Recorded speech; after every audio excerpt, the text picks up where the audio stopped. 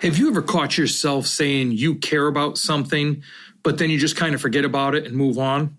Well, that's what's most important about this episode of Seeing to Lead with Bo Ryan. He talks about, and his motto is, care enough to take action. Look, if we care about something enough in education or any other aspect of our life, we have to be willing to take action to achieve the goals we set. And that's just what happens in his school, is he helps set teachers up to be successful in taking action. You know, it's part of a team and teamwork, and he brings that team mentality from his past into his current work as the principal of his school. When he interviews people and brings them on board, he talks about how much of a team member they can be.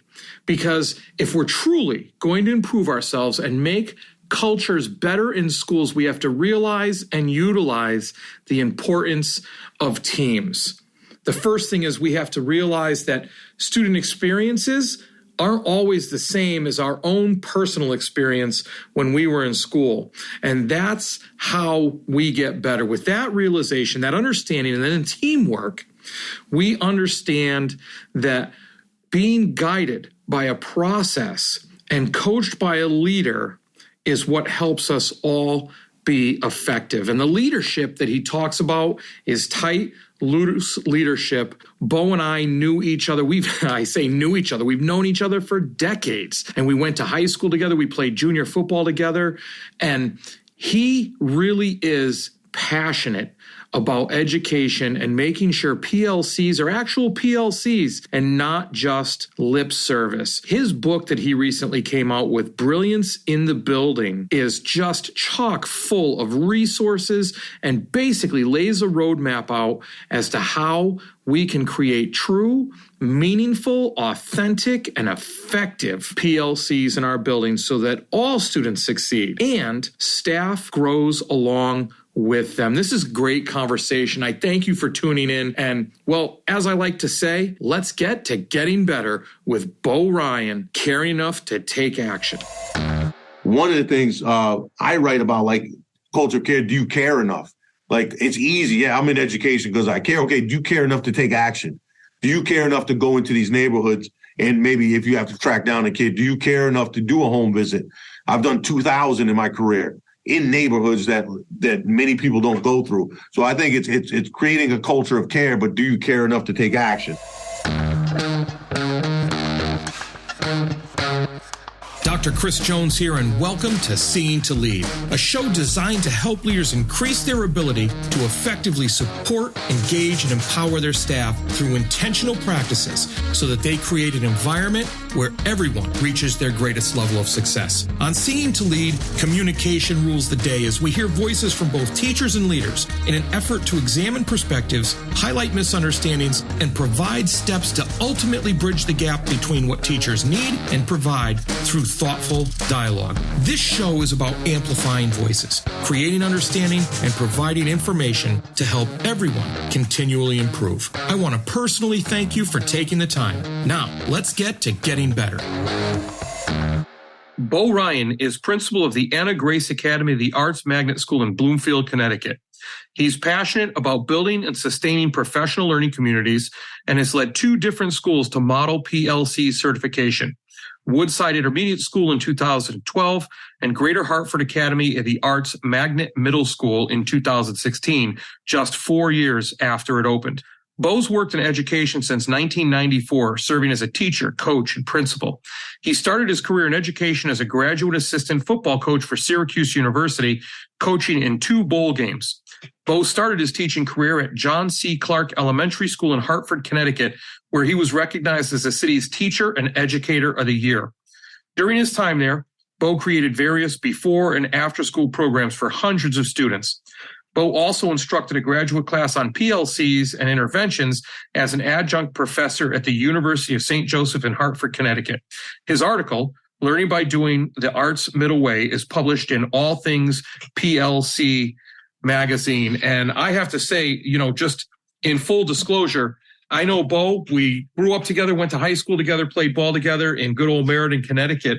And I am psyched to talk to him today. Bo's an energetic, passionate leader. and you're going to learn tons from this. So, Bo, welcome to the podcast, man. Thanks for having me. It's great to see a guy from Meriden, one of my favorite guys. I've known Chris Jones probably 52 since we were 10, so about 40, 42 years. We're reconnecting, and we played junior football together. We went on to play high school together. And then I haven't seen this guy for years, and I see him and I'm like, he's doing great things, writing a book. So I love him, and I'm proud of him, and thanks for having me. Yeah, this is great. Thank you, Bo. Good old Meriden Raiders before we got to the Panthers. Yeah, yep. So we played together for a long time, man. It's pretty awesome. So, Bo, and you talk about my book. You've got a book out yourself that we're going to definitely get to in this podcast because it has to do with PLCs. And I was talking about it better, what a great resource it is. It's The Brilliance in the Building, Affecting Change in Urban Schools with the PLC at Work Process. I want to ask you about is, like I said, you're a passionate guy. What are you passionate about in education? What keeps you going and what keeps you making these new structures and supports for students? I think I'm passionate about the opportunity that we all have as adults and educators.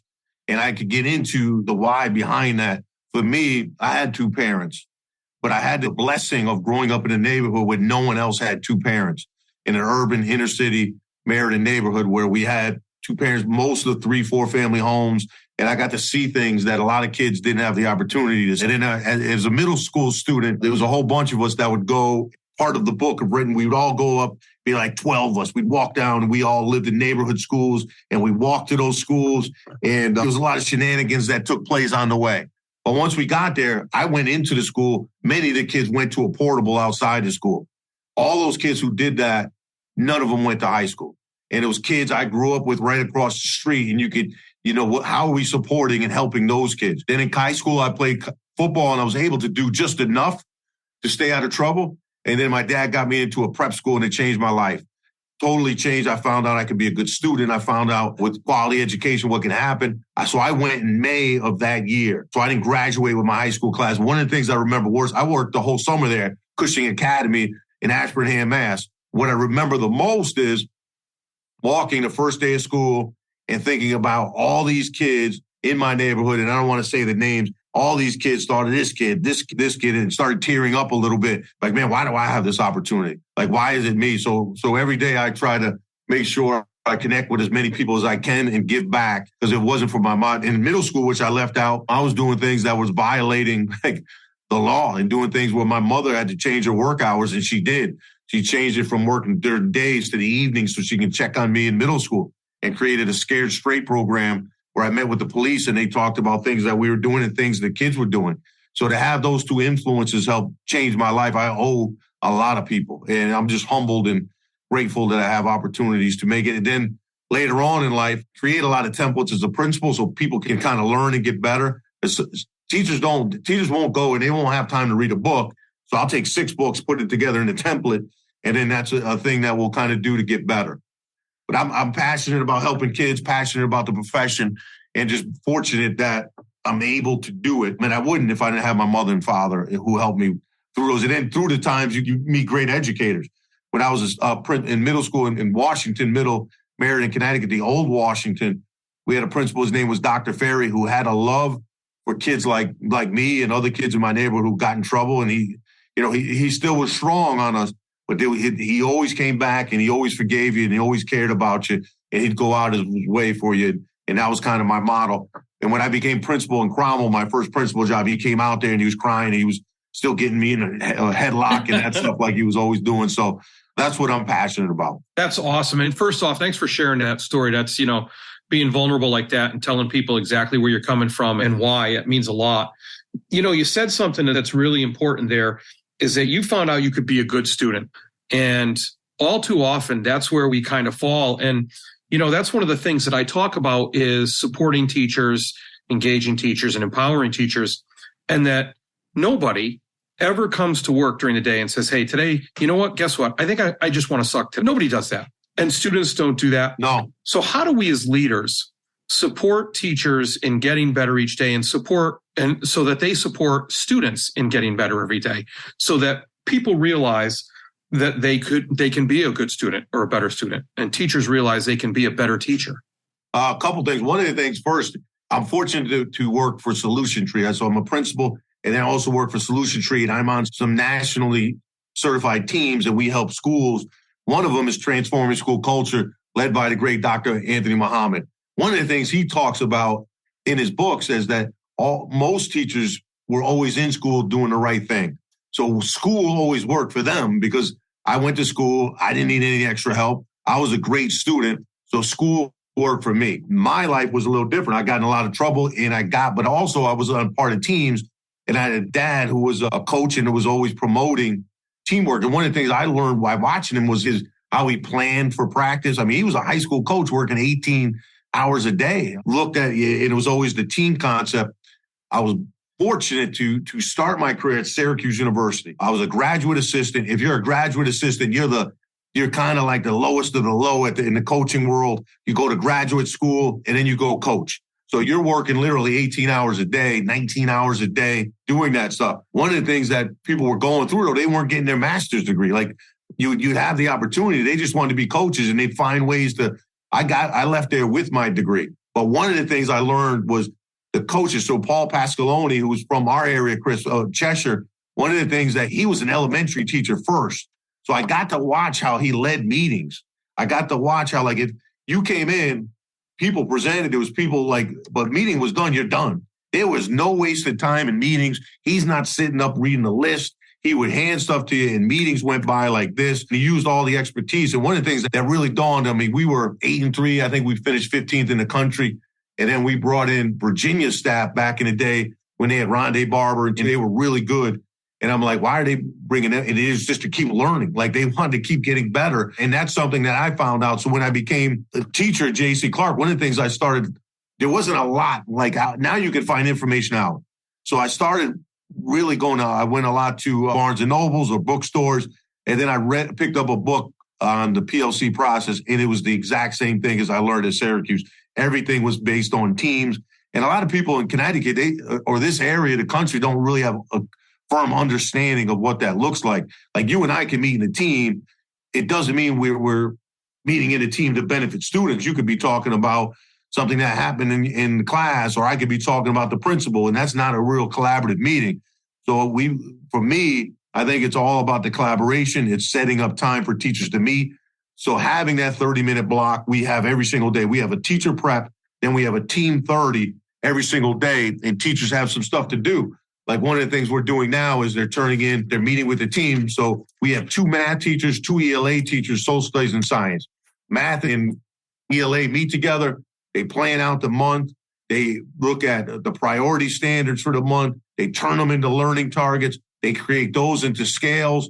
They then pace out their unit. Because if you're not scripting your unit, you got to look at the district calendar. Say, we got 6 half days over the next month, so let's stretch out this unit. And when we create this, what we call a learning block, blocks of time for learning. So teachers do that. And it doesn't matter what your curriculum is. You can look at step 1 in day 7 and have a quick block, and then give an assessment, see where kids are. You and I come talk about it and make changes to instruction. So for me, it's all about creating the collaborative time, but make sure they have the tools and resources to focus on the right work. And that's one of the big parts of the book. There's just a collection of all these tools and resources that can help teachers and teams collaborate. Because you can't help, if you and I are ELA teachers together, we have to be doing the same thing. We have to be working on the same stuff. You may teach it a little different than me. That's okay, but the priority standard has to be the same, because if kids need extra help, we can't help each other if we're doing different stuff, and the whole system won't help. So that's a big part of what I feel is creating that culture of collaboration. When I was principal in Cromwell, that's something we did. And then the last 11 years here, we do that. And the products, like, so far, I counted, we have 35 products created by teams that were turned into me that I looked at and responded back. I mean, that's a lot. Some schools say, I don't have any, our teachers work together and I don't have any products from their team. So, in the first 2 months, we got 35. So that's awesome. And, that's one of the things I love about your book, because it talks about all this and it speaks to this next question that I have. Part of it, the first half of it, first 2/3 of it, is all well-researched narrative about how this comes about. And then that last part is just chock full of resources. So people really need to grab this. But the question I have is, we can set up time, right? And we can get that time for collaboration. But you brought up a great point. when I run my meetings, I start all my meetings with either shout outs or wins so that people have that open mind, and it's supposed to be a quick type of thing. But sometimes, right, I get a little loose while I'm doing it and we go a little longer than we should on talking about some wins. And you have to bring that conversation back. My point being is when you get that time and people are meeting together, how do you ensure that they're using that time as efficiently as possible to talk about student progress, to talk about meeting goals? How do leaders make sure that occurs or support teachers and engage them in the process of that? So the first thing is, we've been blessed. We've had in 11 years, we've had some staff that have been here. When we first came in here, I went into those meetings and actually coached them. So the stuff that I have in this book is interesting because I'll coach teams on the products. They'll send them back. And then I'll read more books and edit and revise those things. So the team meeting is really guided by a product. Like for us, we have a system called learning blocks where we look at periods of time from 1 week to 4 weeks to 2 weeks. And we're going to plan that out with our collaborative partner. I have a template that we've been working on that they know how to use, that is expected that they use during that time, and then turn it into me by a certain period of time. My job to me is to make that template as clear as possible so I don't have to give feedback on the product, just encouragement and support. And I think that's huge. Hey, great job looking at these priority standards. This is fantastic. Excellent. Hey, I love how you created these learning skills. I love how you guys discussed the assignment. And that's what I think it is, because we want them to keep doing it. But it's really the quality of the product, the template that you give them and the product you get back. The templates that I've created in the book are all been used, and then I look at it and create something different. Then they use it again, and then I'll figure it out how to make it better. Like for us, one of the things too we have in there in our learning block, planning block that we have, what do we want to grade over this next semester? So if it's you and I, like if a kid in urban schools, like if you have a kid failing because he doesn't do 10 do-nows, he's not going to make that up. But what if that kid is passing everything else? Those things shouldn't be graded. So we look at that and say, what are we grading? What are we not grading? And it's all driven by teachers. In PLC land, they have a thing called tight and loose. So there's tight practices. Yes, you're going to have 30 minutes. You're going to have tight, loose leadership. You're expected to meet with the team. You're expected to turn this in. But the looseness comes from you're selecting the priority standards. You're selecting how to create the scales. You're planning out the map. You're able to hold your instruction. It's not script. So the tight, loose leadership is big in that. And it goes along with your question of how do you know what they do? And it's my job, if they don't turn it in, to follow up with an email or follow up with a conversation. That's cool. Supporting your teachers and students seems to be a struggle. They just don't seem to be engaged. You wish they would take more responsibility for their learning and culture of the building, but they just don't seem to be empowered enough to do it. So, my question is, have you checked out the book Seeing to Lead yet? It's all about creating a true educational experience where learning, growth, leadership, and community take center stage. Full of strategies and resources, Seeing to Lead is about attaining that goal by employing a model that supports, engages, and empowers all individuals to become leaders themselves. Pick up a copy today at seeingtolead.com. That's seeingtolead.com. Remember, you don't become a leader and then decide you need to support and recognize others more than yourself. It is the moment you realize it's about supporting and recognizing others that you become a leader. Seeingtolead.com. And so leadership is an important part of this and that whole culture of getting done. So let's dive into your book a little bit, because I expected the world anyways, because I know you as a guy and I've known you for so long. But this book really hit me where, just even starting into it, I started reflecting on it. One of the important things I noticed is that you break it up into cultures first, right? So your book goes through a culture of care, culture of collaboration, a culture of learning before it even talks about high quality instruction. Yep. And then continuous improvement. I think that order is important for a reason, but I also want to hear you talk about how those things happen. So do you want to hit all of them? You want to hit one of them? I'm going to walk you through it. So really, Awesome. The culture of care to me was interesting, because it was a chapter at first that really I had as like the fourth chapter. And we were trying to figure out one thing. Solution Tree does an amazing job. That teamwork that they have. I mean, they help a kid like me write a book. So the teamwork they have, the ability. So they helped. That chapter was a chapter I knew had to be in the book, but we couldn't figure out like where it was going. I don't know if you had any reflections right in your book, but we couldn't figure out where to put it. So we put it in the front. And we have 6 things we talk about. One, it starts with the staff. Like if you're going to create a culture of care, which I call the staff, which is the brilliance of the building. And let me backtrack. One of the things that when we wrote the book, they wanted to have all these things that are negative in urban schools. Listen, if I work in an urban school, I know what problems there are. I don't need to keep hearing it. Let's help them with solutions. So that's why it's really a small tidbit of this is the challenge. And then a lot of like, this is how we're going to help. And this is why it's important. And this is, so culture of care was interesting. There's significant research on that, on helping kids in urban schools, treating them with great respect, love, and kindness, and then how those kids go on to college. And there was studies on that in the book. One of the things I write about, like culture of care, do you care? Like, it's easy. Yeah, I'm in education because I care. Okay, do you care enough to take action? Do you care enough to go into these neighborhoods? And maybe if you have to track down a kid, do you care enough to do a home visit? I've done 2,000 in my career in neighborhoods that many people don't go through. So I think it's creating a culture of care, but do you care enough to take action? So the first one talks about the staff in the building. When we interview staff, the 2 main things we want to know: do you care about kids and do you care about your teammate? And we really want to make sure that they can answer those questions with action steps. Like, do you care about kids? Like, okay, what are you going to show me?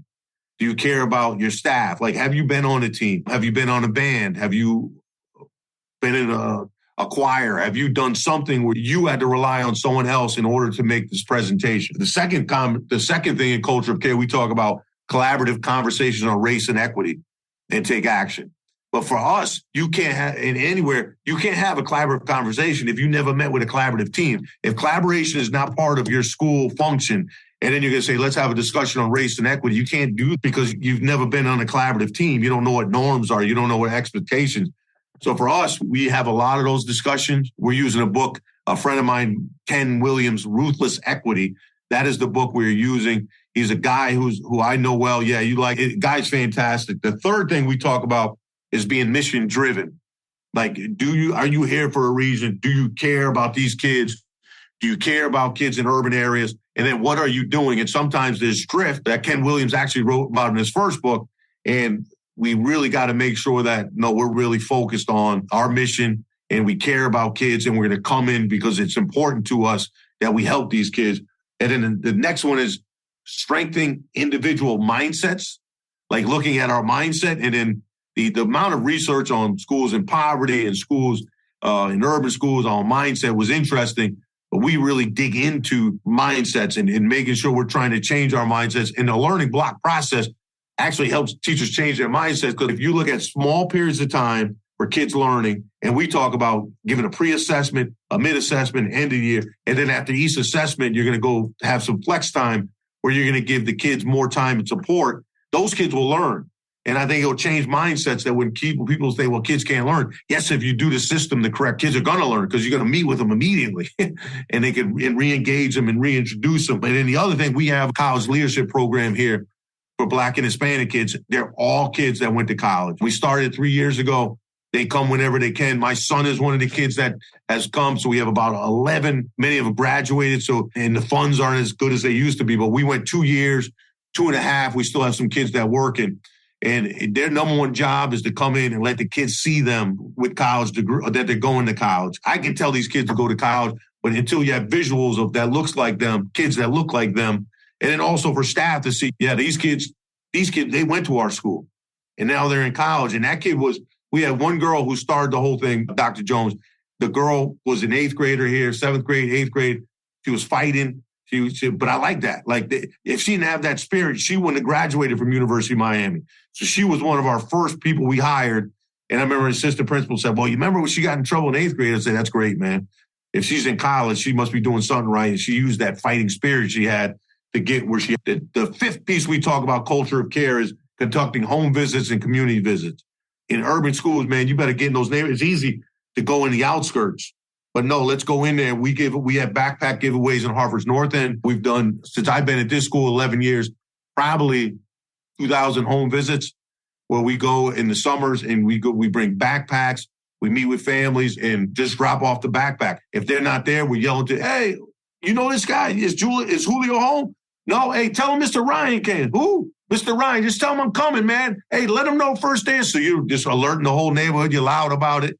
And then the last one, creating a behavior system where it's focused on relationships. And you really put caring about kids first and how we talk to people first. And so that was the big culture of care. I don't know if the other stuff went in order, but that was like fourth chapter. And then we worked and put that first, but really creating that culture. And one of the things I have in the book, which is cool, is stuff you can ask staff to highlight and bring people in. Are they going to be a good teammate? Like, will they care about kids? You know, what does the research tell us about? Because the other thing about a PLC is you want to also do things that are research-based. So if John Hattie has all this research and says collective teacher efficacy is huge, where teachers work together and believe that they can make an impact on kids, then you should have collaborative teams, because that's what he's saying. If he's saying student self-grading has an effect size that's pretty awesome, make kids be part of the assessment process. So those are the things that we have, and I think is really important. Then the cool thing is, like you said, at the end of each chapter, I have a bunch of books they can read, and then we have a plan where they can create a culture of kids. Well, that's a wrap, but not the end. Next step, be sure to take action on something you heard here today. Hey, thanks for listening to the Seeing to Lead podcast. If you would like to connect for any reason, email me at drchrissj@gmail.com or catch me on Twitter at Dr. C.S. Jones. If you've gotten any value from the Seeing to Lead podcast today, you can help me and other leaders create a world-class environment through a teacher-centric approach by subscribing to the show, leaving an honest rating and review, and sharing this episode on social media with your most valuable takeaway. Also, one last thing. Have you had a chance to pick up my latest 5-star rated book yet? Grab your copy of Seeing to Lead anywhere you buy books or at seeingtolead.com. That's seeingtolead.com, where you can learn more and continue to improve. Now go have a successful week.